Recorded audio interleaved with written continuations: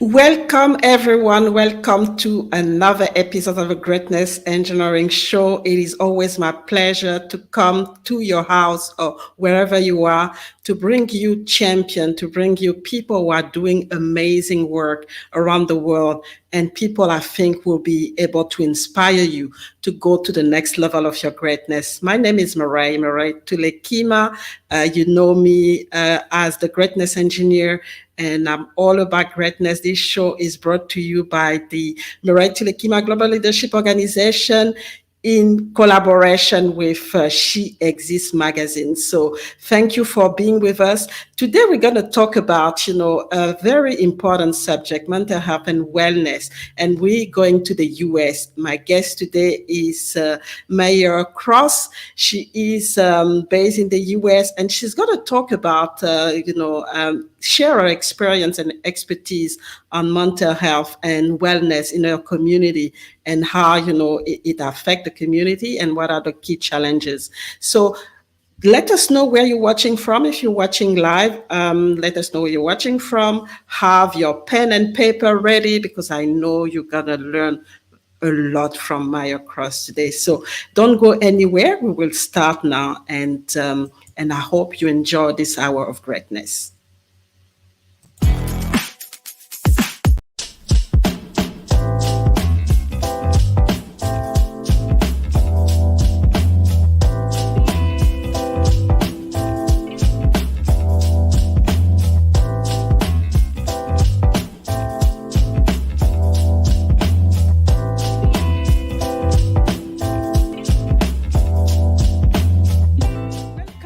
Another episode of the Greatness Engineering Hour show, the show that is brought to you by the Mirai Tulekima Global Leadership Organization. Real is important is if you just look at the word compassion, when it's behavior, it's something that can be learned, and it is something that we can embody through habits and through our daily actions.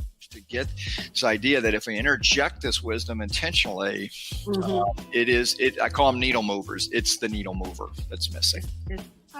Don't deprive the world of your greatness. Please. Don't do that anymore.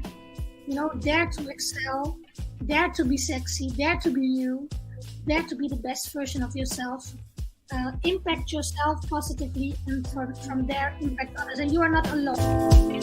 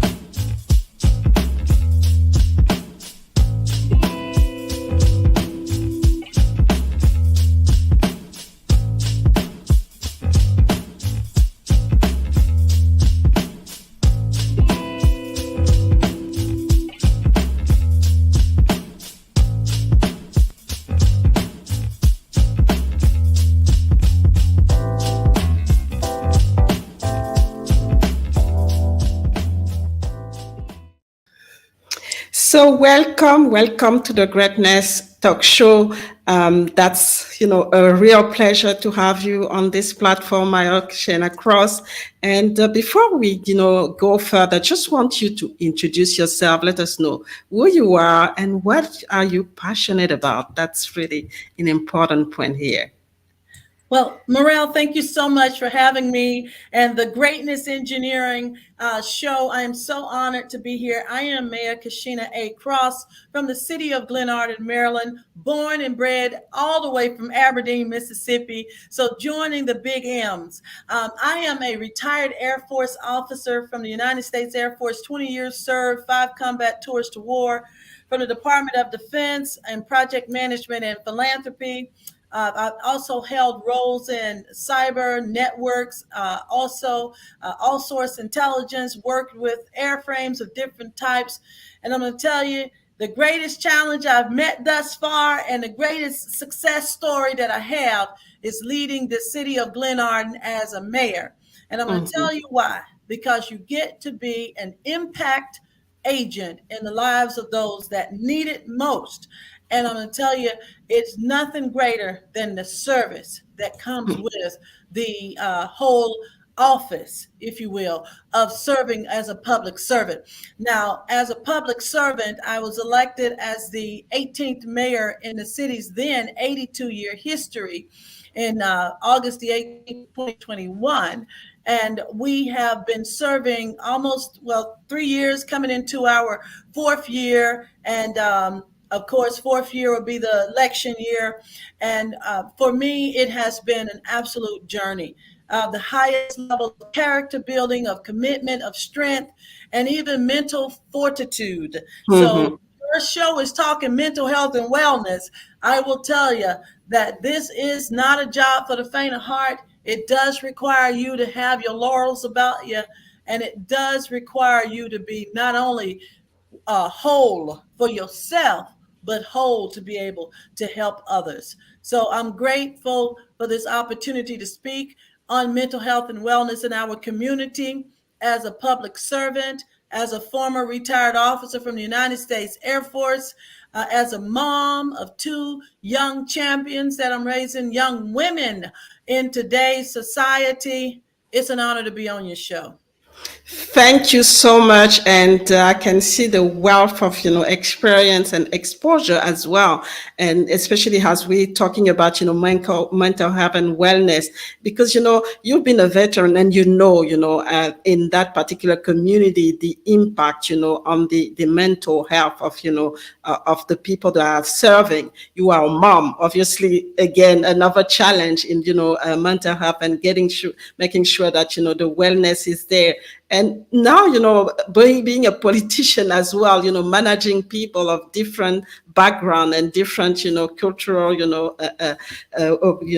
culture, that's really difficult. So what I really want to ask you is, shifting from serving, which is, serving in the military, and shifting now to serving as a politician. What are the key differences that you see and that actually can impact your community to in a good way to actually manage their mental health really in a good in a positive way? Real, I'll tell you, it's one word: selfless. Selfless. It's required that anyone who serves, be it in the military, be in the community, or even being a family member, okay? My husband and I, our beautiful little girls, that's service. It's selflessness. That's the key piece. Because when you're selfless, things that come at you, you as a human have within you the desire to solve the problem. We have in our desire to be of assistance. No one is born selfish. We learn that. Okay. If you take children and you put them on the playground, they all play the same. But you give them 10 years and something changes. And then you start to see little mind clicks, you see. That's a learned behavior. By human nature, we were born social. We were born for belonging. We were born to support. And we were born with a purpose. And that's the key. When those things are out of alignment, that's when you see mental health and wellness happening. And that's why many folks that find themselves in the PTSD arena, or even many people that didn't know they had bipolarism, hidden disabilities actually do exasperate, when something in a community is out of sorts. The critical thing about mental health is really those aspects of belonging, receiving support, and knowing and identifying with your purpose. That's why I say it's selfless service, because if you're selfless and someone comes to you, you can look at any circumstantial mental health problem through those three: Have you built a family? Because that's the first thing you keyed in on. You're a mom. That's belonging. The next thing you keyed in on was military. You picked up on that. You said, okay, you're a supporter. You have to be a part of evolving and pushing. And you can look at my motto, hashtag moving the mission forward. I had someone ask me on Facebook earlier, well, what can you enlighten us? What is a mission? And I blinked for a second. Well, the mission is we, people, in order to form a more perfect union, we decided that we wanted to unite. See, it's the WE, it's the belonging in it. We means we support in order to form a more perfect union. That's the purpose. Everything we do in life will be about belonging, supporting, and being with a purpose. That's mental health's biggest enemy is our silence. Exactly, and that was going to be my question, because for in a lot of country, and especially here, I'm based in Australia here, mental health is still kind of a taboo. People know that they're not well, people know that they need support, but there's this stigma of not wanting to be judged, of being mentally unhealthy, and people just hide behind, they have a mask and they don't really come through. So what are the things that you do to help those people to be confident to come and share? What are the key things that you think we should do to have them really come out and be themselves and ask for the support? Mm-hmm.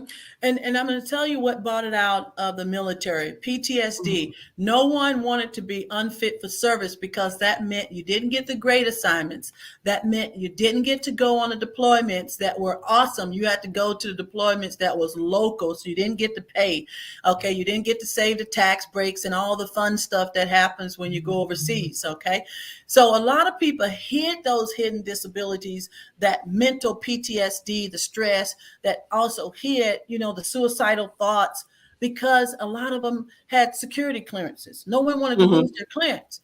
What do? Now, America, the world is starting to teach a little word called mindfulness. Mindfulness is connecting to yourself.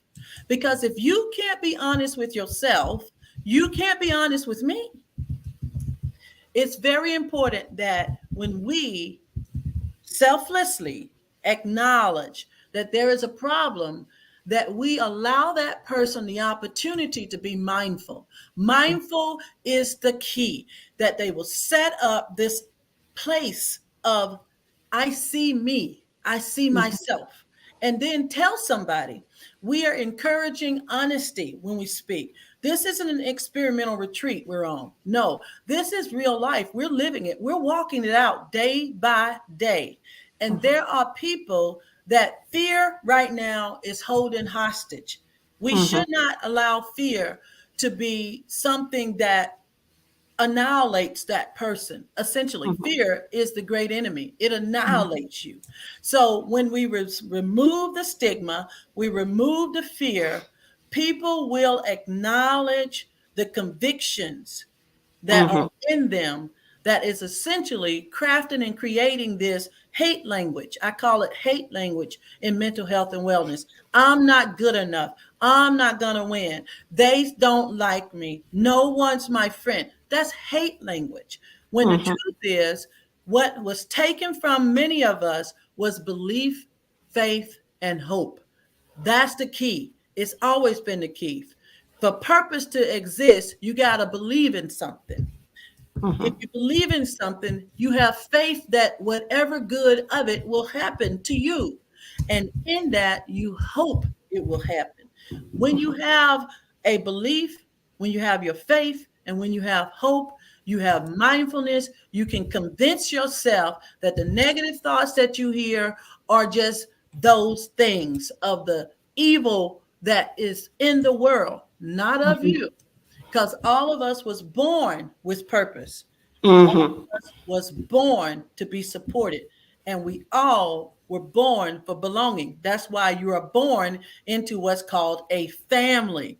Either it's your parental family or an adopted family or a street family. All of us fight to have family belonging. Mm-hmm. Wow, so powerful, and I think it's, like you said, it comes down to us knowing ourselves and having the courage to come out, as an authentic us, and fear. You mentioned fear. Fear is one of the reasons we don't do it. So it is important that you, like you said, you've talked about the belief, the faith, and the hope. We need to be strong on those three things so that we get, the confidence to really, be us and with our flaws, because I think what's happening is we want to be perfect, and that's actually what creates the fear. So it is important that we understand we're not perfect. We are, we are here for a purpose, and we can really, share, when be vulnerable, and share, our shortcoming, but also how we feel. So we're gonna have a break, and we will continue on this powerful conversation. And really, delve a little bit more on what is happening in your community and how you manage it, especially after the aftermath of COVID, which was a big, issue for the world, and especially for the US. So we'll be back in a few minutes. For those who are joining us, my guest today is Maya Cashenna Cross. She is based in the US, and please, let us know where you're watching from. And if you have any question, don't hesitate to ask the question. But for the time being, we are going to have a break, and we will be back on this matter. The world is coming to Kenya, and I am going to Kenya. La la la la la la festa, la la la la la festa Kisumu dala. Karibu karibu, karibu karibu Mama Africa. Say welcome to Kenya. Music, arts and culture, Festival Africa, our traditions and carnival. Welcome to Festa, food and texture. Welcome to Festa, craft and sculpture, African banana, coconut and samba, can get on the reggae, dancehall kamakosa, dancehall Afro jam rock. La la la la la festa, la la la la la festa. From the 20th to the 26th of May 2024, Kisumu, Kenya welcomes you to Festac Africa.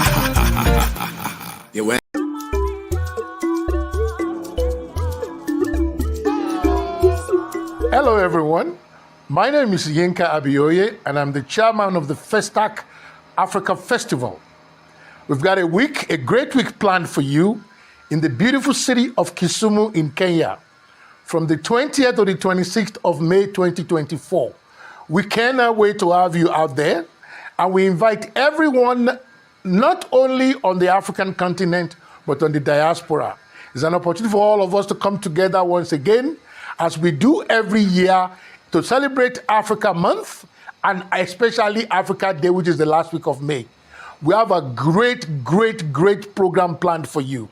Culture and arts is the base of our getting together. So there will be culture and arts from all over the world, especially from all the 47 counties of Kenya and all the 8 countries of East Africa, and of course the other African continents, as well as our friends and families out of the Caribbean. But the week is not only about culture and arts, because that's the basic thing that brings all of us together. We actually use that as a platform to bring all of us together in doing more than that. It's a week packed with a lot of information for us to learn. The event is planned and scheduled to capture any part of our lives. The old, the young, the male, the female, the youth. There's always something in there for everyone.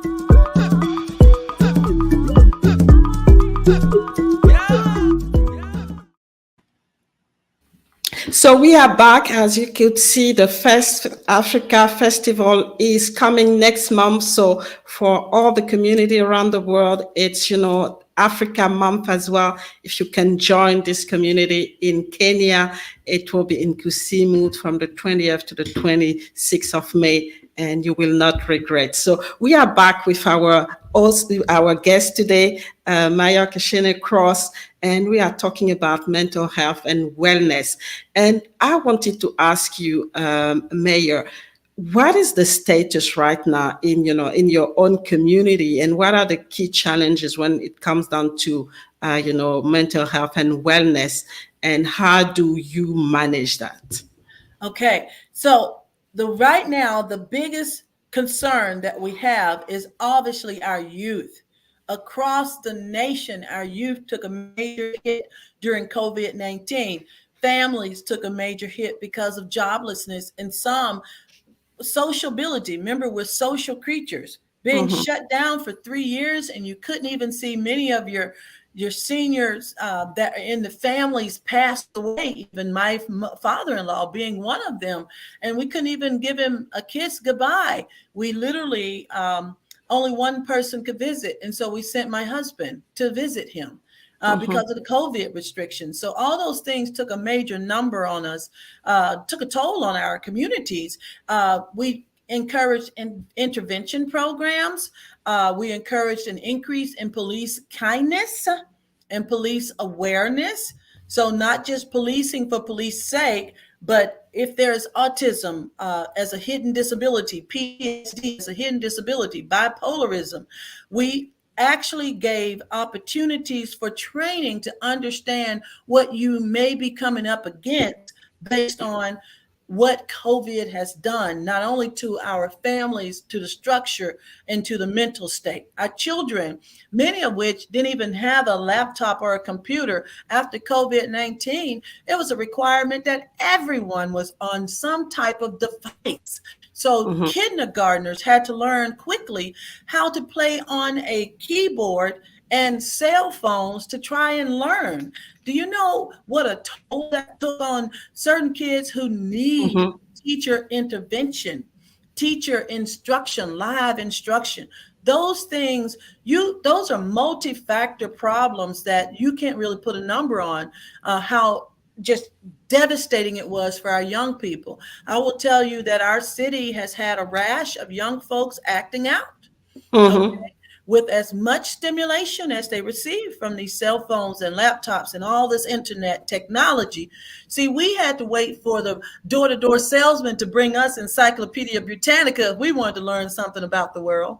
But these young folks today can open up this phone right here, and they can get to any mischievous thing that they want to learn about. And that's a problem when we don't have hope, faith, and a belief in something, right? In the community, health and social equities were very important. So we worked tremendously with the county and the state to increase social welfare and social activeness as it pertains to even drugs for our seniors, getting discounted rates for them, and also put together a bus route so that they can actually use something called Call a Bus to go to pick up groceries, to go to get, baseline things that they need for the home. And I'm going to tell you, COVID did something special though. We had more food during COVID than we've seen in ages. No child went home hungry. They all went home with an extra lunch for the child at home that maybe didn't go to school yet. I mean, it was a beautiful thing. FDA, all of those folks, all of the departments came together. Even President Trump was giving out buckets and boxes of food. And as soon as COVID drew up, we opened the nations back up. It was like, where'd all the food go? That was a success story of COVID, that much of the vegetables and fresh fruits and those types of things, milks and eggs that we allow to go bad on the shelves in grocery stores, was being redistributed out to the community in record time. That was a success story. But then as soon as COVID drew up, all that went away. And so those subsidies, the allowances, the stimulus checks, all of that has now left a devastated community because there isn't any more integral interventions.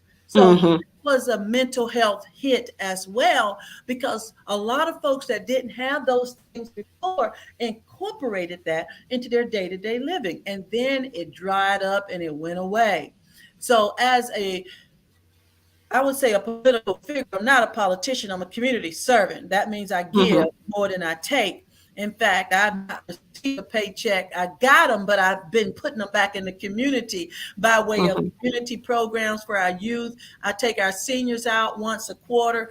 We just got back from Luray Caverns down there in Virginia, where we had a wonderful time touring the depths below 250 feet in the earth. And before Mm-hmm. that, we went to the Harriet Tubman Museum, because I thought it was important that they realized there is still community out here and they needed to build new friends. It's the Girl Scout model. I was a brownie, so I Mm-hmm. understand, make new friends, keep the old, one silver, one's gold. But the interesting thing that COVID did is, with 1 million people meeting their maker, it Mm-hmm. left a lot of holes in relationships, and people wearing a mask. You didn't see them, you didn't know your neighbor. And so that's Mm-hmm. what we have done as an intervention, is to reintegrate our community. Each year I have a creative youth art summit and conference where I bring in a rock star.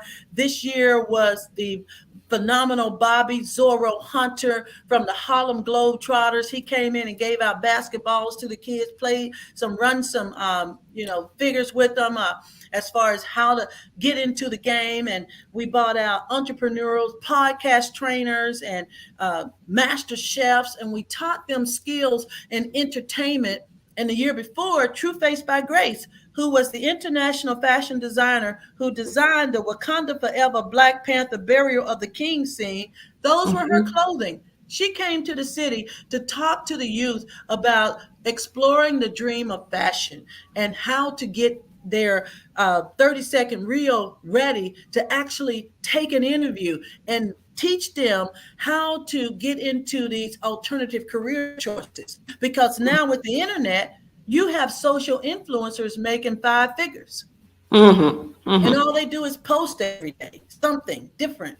So I would say that there are 7 topic areas in solving our community problems that I have been personally addressing, and that is ensuring good criminal justice. And I'm gonna tell you, that's not a fan favorite, because when you start talking to the police about how they do policing, you're not their friend. Mm-hmm. Homelessness, I've kept 3 of our families off the streets by partnering with the county, and also alternative resources like the housing authorities and the housing and urban development, to put them in new houses or Mm-hmm. apartments to keep them off the winter streets. I've also worked with global mental health and drug-free world. I've recently Mm-hmm. just returned from the United Nations for the 3rd time. They're talking to the nations about the importance of educating our young folks about this cannabis law, particularly in Maryland, that's now legalized. You can Mm-hmm. carry up to, a small bag worth, and nothing happens. And yet we have many of our former young brothers and sisters still in jail for the same crime that's now legal. You know, Mm-hmm. ultimately, it's an early psychosis. School based. I've been on many school board meetings, legislative meetings, working in Annapolis, Maryland, with the delegates house and the Senate house, as we talked about the school-based interventions, where no longer should a nurse practitioner be required to be also the grief counselor, the career counselor, and the nurse. And it's It's just, a lot. it's a Mm-hmm. lot. Mm-hmm. When you talk about early psychosis, particularly in school-based children, there isn't a cookie cutter feature right now, Mm-hmm. because before the internet was in everybody's hands, we knew it was one of 2 things: relationship trouble, trouble at home, or self-esteem issues. Mm-hmm. Right now, it's all of that as one piece, and and And so more. you need people that have, no kidding, training, clinical training, have seen these things firsthand, in the school systems. So I'm proud to say in Prince George's County, we did see the actions taken with much complaint to actually start putting grief counselors as well as psychosis counselors in the school systems. Particularly, it's important in middle and high school. We talk about promotion and prevention. Okay, we have an adaptation strategy here, and that is you see a need, you try and fill the need. When you have been given a position such I have as the mayor, or if you're a council member or whatever, your sole purpose for being in that role is to make life better for someone else. And those community intervention topics are so important. When you talk about the individual, you talk about family, interpersonal, and you talk about the programs. Everything's got to line up, right? So it doesn't make any sense to do a program on Thursdays when you know that person has to work on Friday. And it doesn't make any sense to do a program on late Saturday when you know that person's probably wanting to go and let their hair down. So it's really a sweet spot. So I particularly do my programs from 9 a.m. until 3 p.m., which means I can catch the early bird crowd that wants to get there before lunch so they can get the rest of their day, or I can catch the late crowd that gets there right at the lunch hour, and then they come the rest of the evening, but they want to sleep in.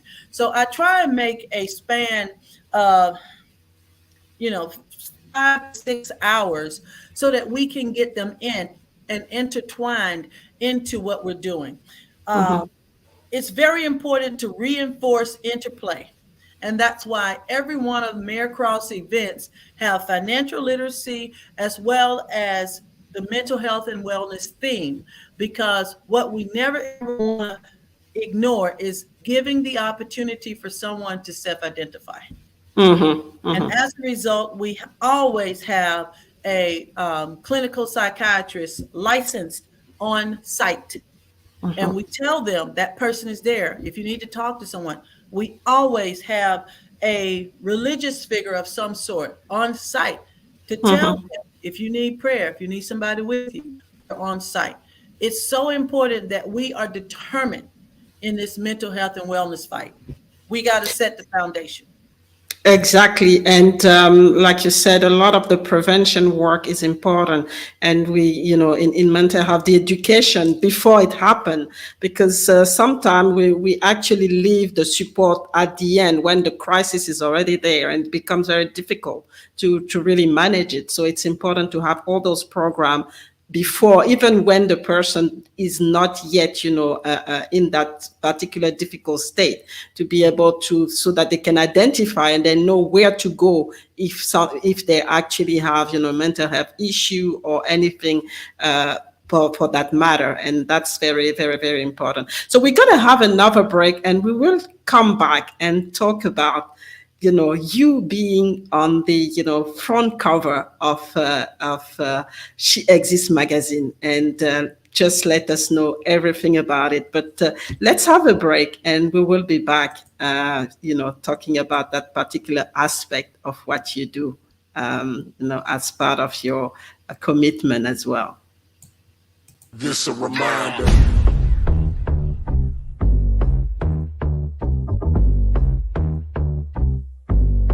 This a reminder. What's up, pop? You do? Yeah. Come feel this. We never. Don't stress, reflect, but it's not sad. Hurt to the feminine what? Oh! Hurt to the feminine what? Oh! This a reminder.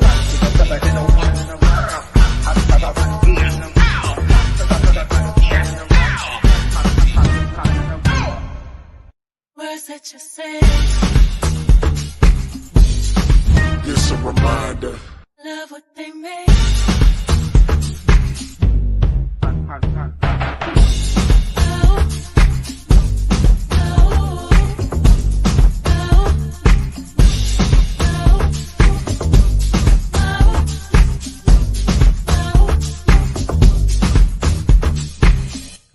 She comfortable.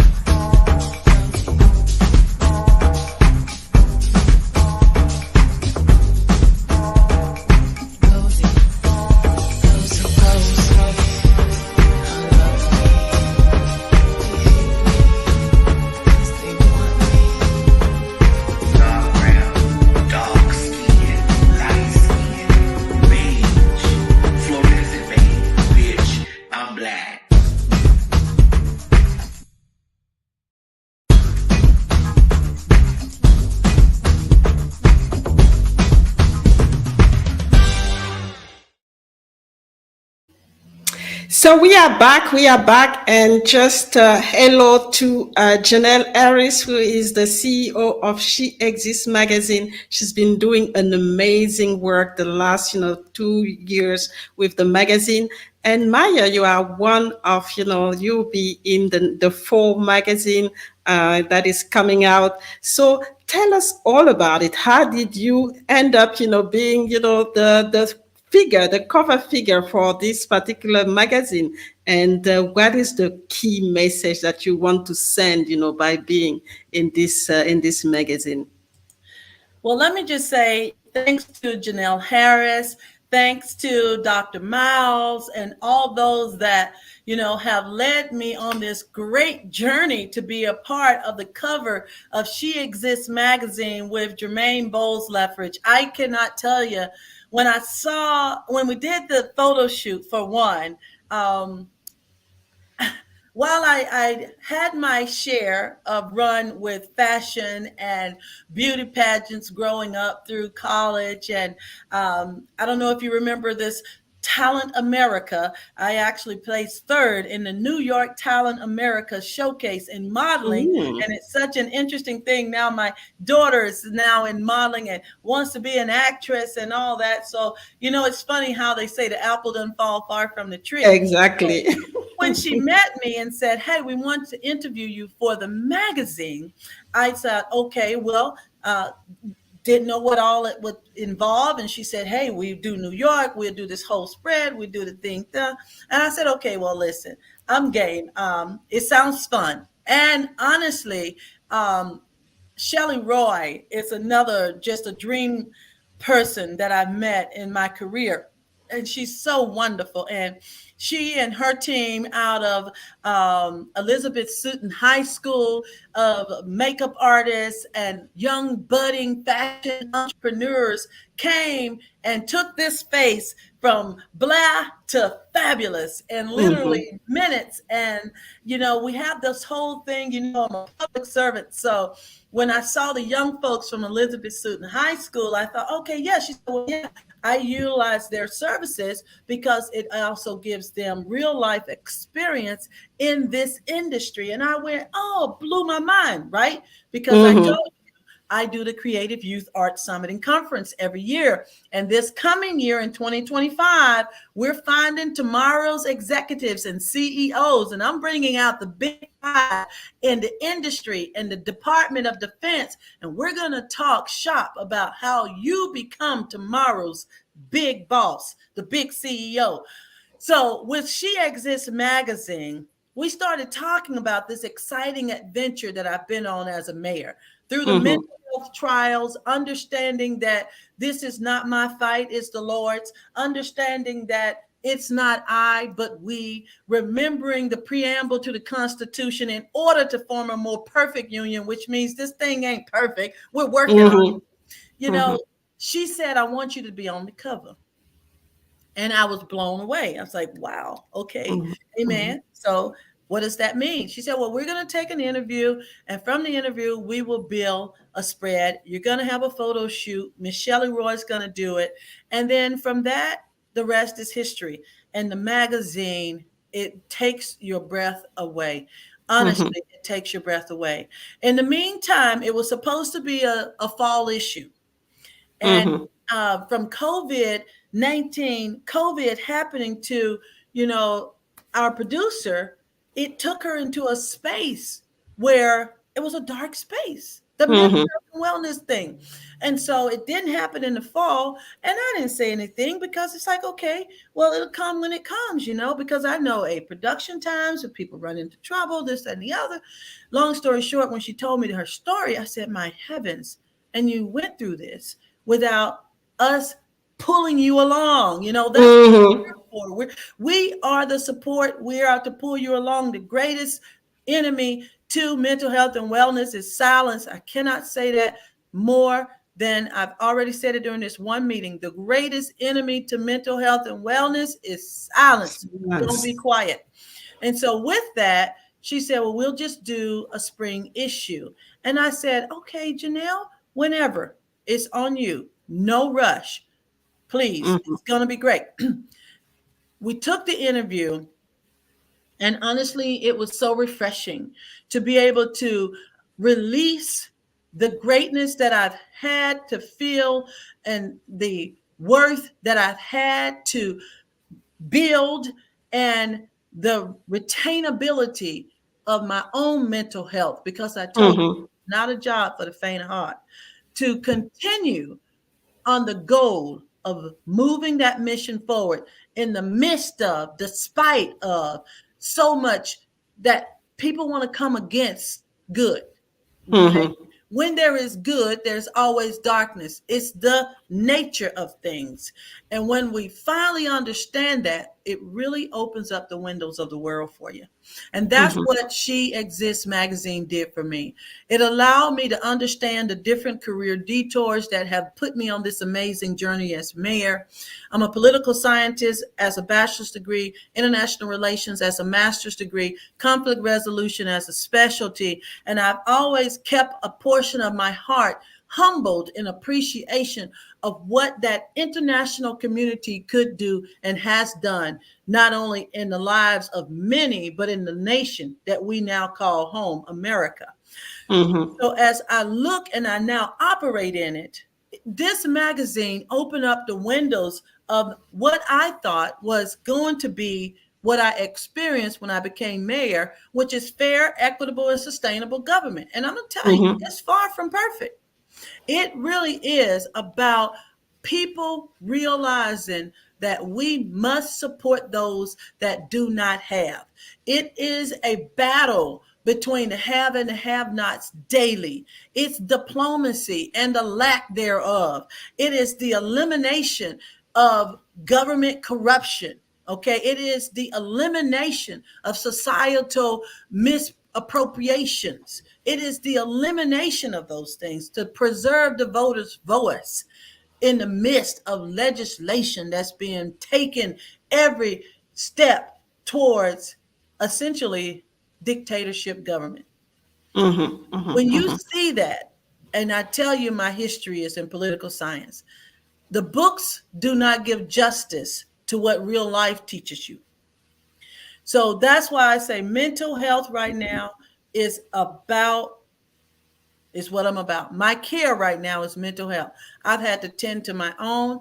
I've had to tend to my families. I've had to tend to my community, which is also my family. I had to empower friends in the aftermath of COVID-19. We have done a lot of work, simple acts to deliberately network value in the lives and the layers of society. We got to be deliberate in this thing. We can Mm-hmm. no longer leave it to chance. Again, I'm not a politician. I'm a community servant. I grew up on an 80-acre farm. I picked and I shoveled and I fished. Period. Mm-hmm. Okay. In the end, what makes the most difference is that we give significant amount of attention to not only the public's health, mentally, physically, our own health is extremely important. And so with that, that's the ultimate goal. We have to create a community that has unity centers, health and wellness infrastructure, like walking environments. We have to create a strong family. We have to be integrity and transparent based because youth are watching us. And when Mm-hmm. we say, stop shooting people, stop killing people, stop telling people off, and then they cut on the channel and they see grown folks going at each other. Nobody's believing our stories anymore, grown folks. This is about the future, and promoting good civic leadership is going to be the key to any survivability, be it a small city like Glenarden or a big city like New York. Civic accountability. This is we, the people, in order to form a more perfect union, we do declare. It has to be a we. And whenever you find there is no we, then you know that there's a dictatorship going on. Mm-hmm. That's not Americanism. That's not government.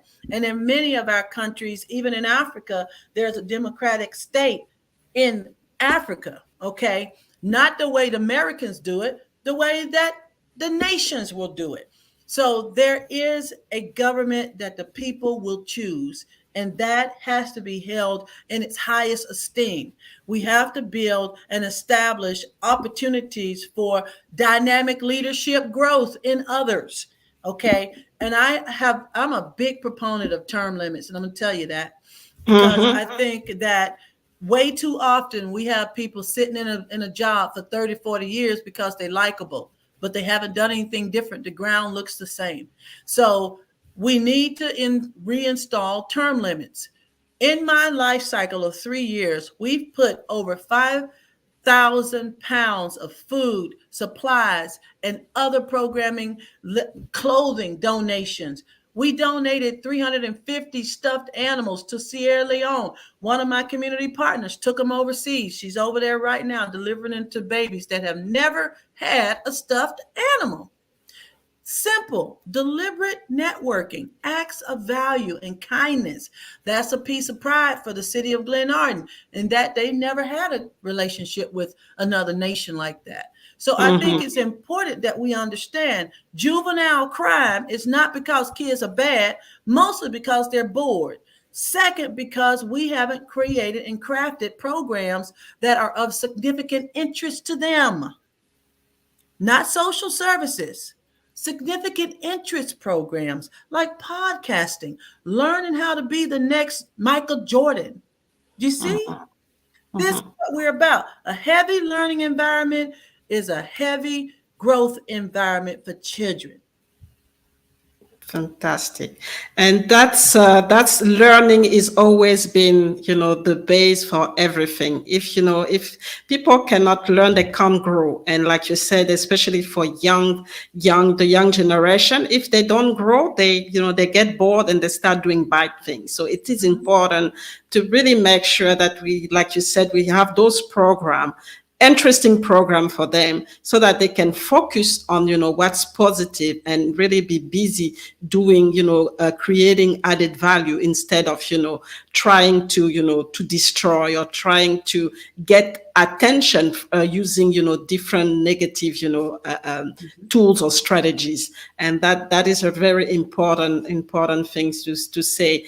And like you said, I like the fact that you are for term limits.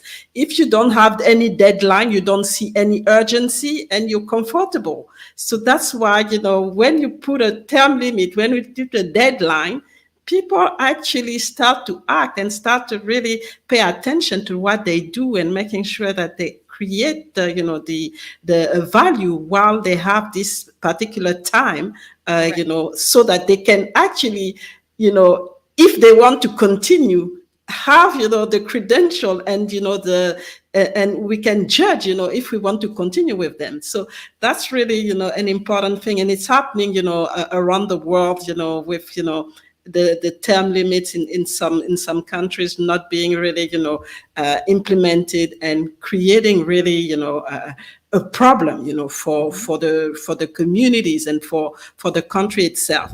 So we're gonna have our last break, and when we come back with you, Mayor, for the last the last word that you want this community here to take from this conversation that we just had. But let's have a break and then come back with you.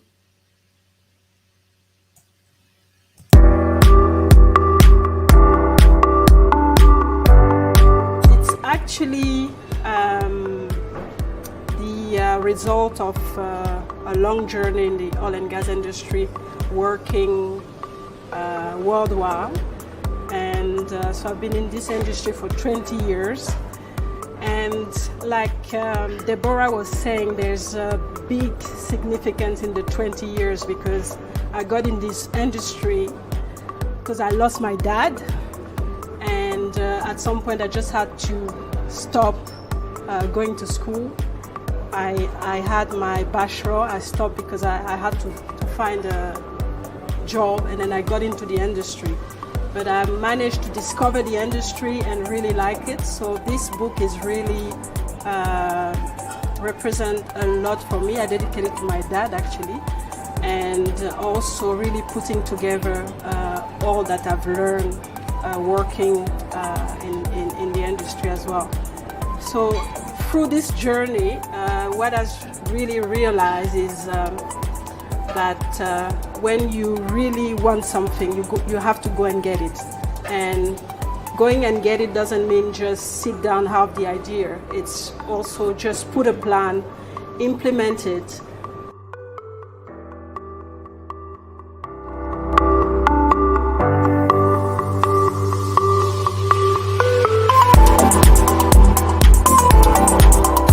Really have to start going and inform the young generation that there are opportunities, and they should actually try to embrace some of those technical career in the oil and gas industry, and that's something that needs still to be done and strategized and start really at a very young age, because the industry is growing in Africa, so we will need the workforce, and it's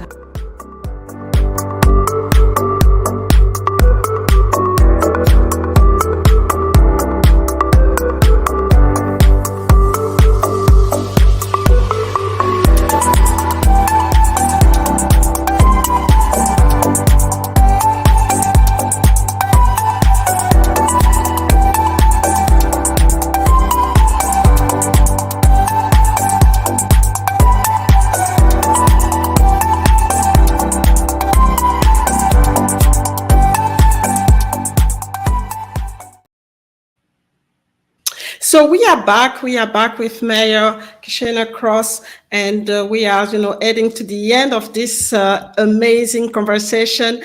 And one thing that I really want to ask you, Mayor, first, before you give us your last message for us to take home. What is the legacy that you want to leave? The legacy that we want to leave is a world for our youth that's better than we inherited. That's it. We want to give them something better than we inherited, which means every day we must look at the world that we're walking and living in. No young person should inherit the world that I've had to tolerate or I've had to toil. Okay? We should leave something better for the next generation. So that's it, generation to generation, legacy to legacy. We are building the bridge for those generations. That's it.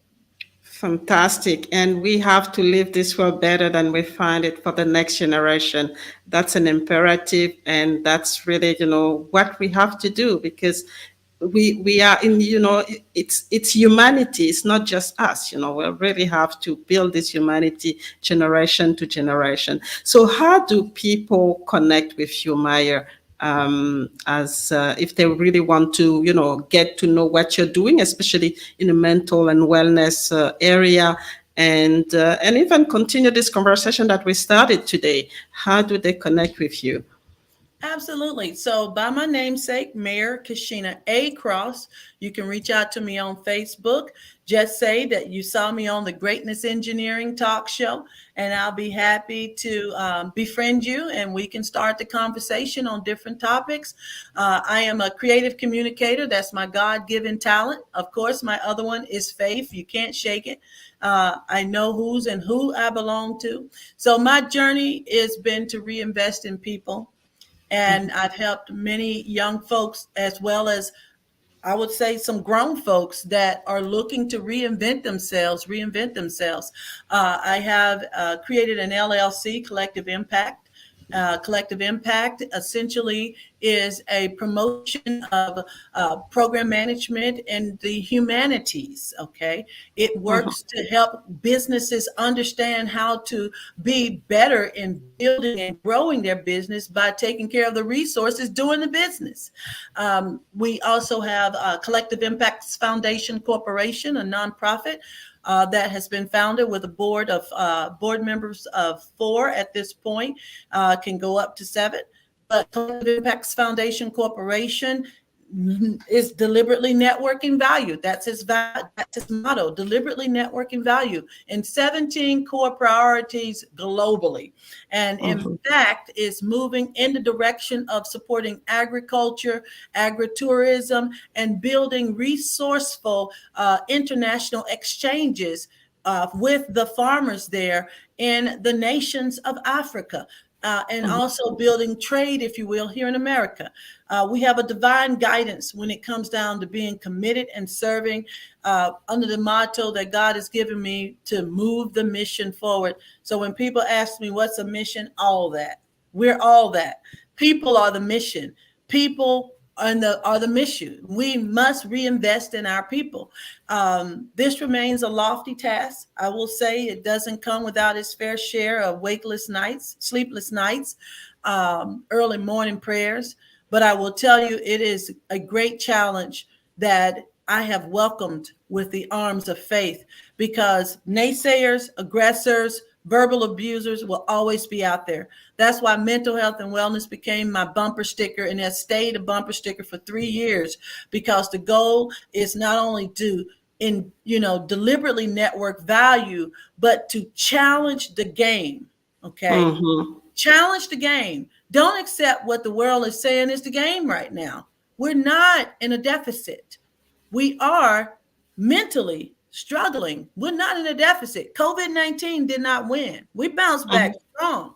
But the pathways to this strength requires actionable efforts. So when you ask me, what's my journey? What's my final words? My final words is to reinvest in community. Leave a generation better off than you found it when you inherited this world, and build the networks necessary, deliberately networking value to build partnerships. We ain't going to do this alone.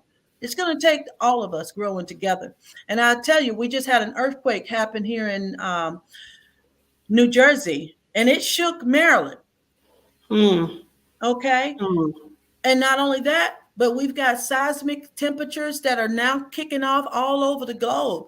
We have to debunk the voice of voicelessness. Okay. You have a voice. That's a myth. We have to debunk the myth of voicelessness in mental health and wellness, because this world itself may be imploding. We have to protect Mother Earth as well. We are advocating for climate change actions. We have to do better.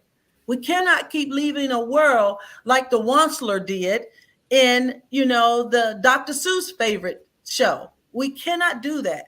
We believe in our second and third generation. Before they even take their first breath, we believe in them. We must believe that technology has to be right now for them. It has to be advantageous, because tomorrow's children, the young folks that were on the network at kindergarten age, will be the resolvers of cancer. They will be the resolvers, if you will, of many of the dilapidations that we see in our current technologies. That's because they were educated on a network a lot sooner than we were educated in the classroom. Period. So we have to take care of our children. It is a right now time for us. They are learning and operating at microwave speed. We have to give them something to inherit. Wow. So you got the message, and and I know your motto is moving the mission forward. So join the, it was clearly said by Mayor, don't be without a voice. Use your voice, and this time of being silent is not now. You have to use your voice and help moving the mission forward. So thank you so much, Mayor, for such an amazing, insightful, and inspiring conversation. I hope it will, help any of all our listeners today to, like I said, go to the next level of their greatness, because they can see that there are people doing it. They can see that there's hope. They can see that, there's already, some foundation. So it's just for them to step into those foundations that are already existing, to really add their greatness on top of it, to really move everything forward, move the mission forward, and create a better world for the next generation. and that's an important thing. Thank you for your time as well. Spending 1 hour, and it has really been an hour of greatness for us here. For those who are going to watch the show later, please let us know if you have any question for Mayor. I will be more than happy to send all those questions to her. And if you want to connect with Maya, like she's mentioned, she's on Facebook. Just mention that you watch this show, you watch the Greatness Engineering Talk Show, and she will be more than happy to connect with us. So that's the end of the show. Unfortunately, 1 hour is always so short when you have amazing guests, but it has been a pleasure to have you on the Greatness Engineering Show today. So thank you, Mayor, and all the best with everything that is happening, and in the communities, and really, conveying this message of mental health and wellness to be really the focus for most of our communities right now. Thank you very much. Thank you.